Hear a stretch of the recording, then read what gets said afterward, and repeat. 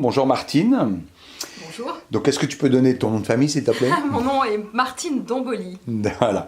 Martine Domboli, donc tu viens au Théâtre pour jouer Un Vertige de Jean Lariaga. Exactement. D'accord. Qui a fait la mise en scène? Alors la mise en scène a été faite par un vieil ami à moi, alors il n'est pas vieux, mais c'est un vieil ami à moi puisqu'on se connaît depuis 20 ans. Il s'agit de Yves Chamberloir, qui est un comédien merveilleux et qui s'est mis à la mise en scène il y a déjà quelques années. Et je l'ai appelé parce que j'avais besoin évidemment d'un metteur en scène, d'un regard extérieur. Je trouve que c'est très difficile de faire les deux, après on est juge et partie. Et je savais que lui, me connaissant bien, pouvait m'emmener au-delà même de mes limites. Un vertige, c'est un seul en scène, c'est un monologue qui dure 1h05. Alors, ce monologue, c'est un duel entre une femme et son carnet intime. Elle va vouloir y écrire une confession, et en fait, elle va n'écrire qu'une seule date. Et le spectateur, d'emblée, est plongé dans une atmosphère très étrange, dans un intérieur brut, et il assiste à ce curieux dialogue entre cette femme et son carnet. Carnet qui est un véritable personnage sur scène, et qui va sans arrêt la jauger, la provoquer, la narguer, l'observer, voire même la mépriser. Et donc elle aussi, dans une confusion entre vérité et affabulation, pour raconter cette confession qu'elle a du mal à écrire. Et dans ce texte, avant tout, et je pense que c'est ça le propos de Jean Lariaga, c'est le rapport à l'écriture. C'est-à-dire,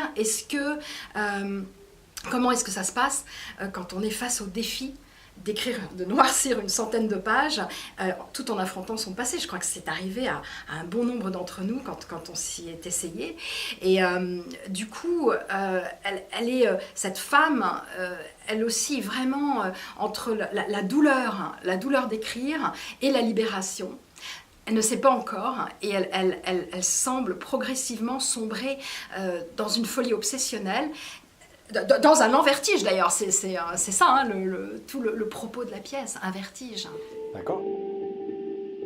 Vraiment un intérieur brut, parce que ce qui m'intéresse, c'est que le spectateur ne sache pas où il se trouve, où cette femme se trouve. Et petit à petit, il va tricoter lui-même avec son imaginaire, son idée. Alors les dates, ça commence donc le 14 novembre jusqu'au 30 janvier. Je joue tous les mercredis soirs à 20h30. Il y a relâche le 26 décembre et le 2 janvier. Bien.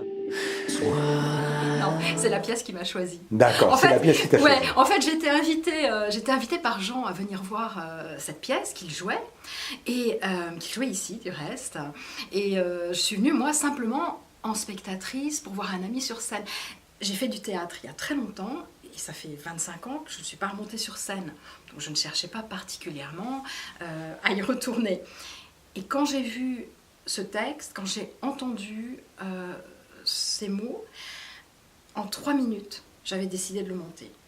Donc je suis allée voir Jean, et je lui ai demandé, et il m'a accordé les droits pour monter. Il m'a donné son accord pour que je prenne l'initiative de monter un vertige.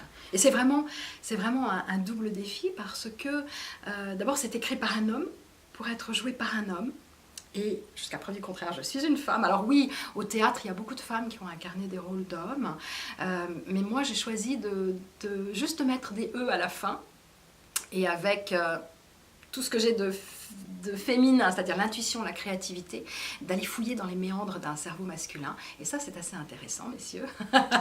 Et puis, le double défi réside aussi dans l'écriture.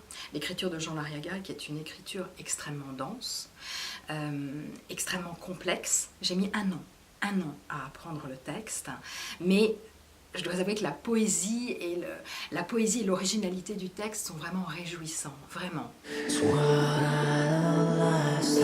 Il y a des sons. Merci beaucoup. Merci à vous.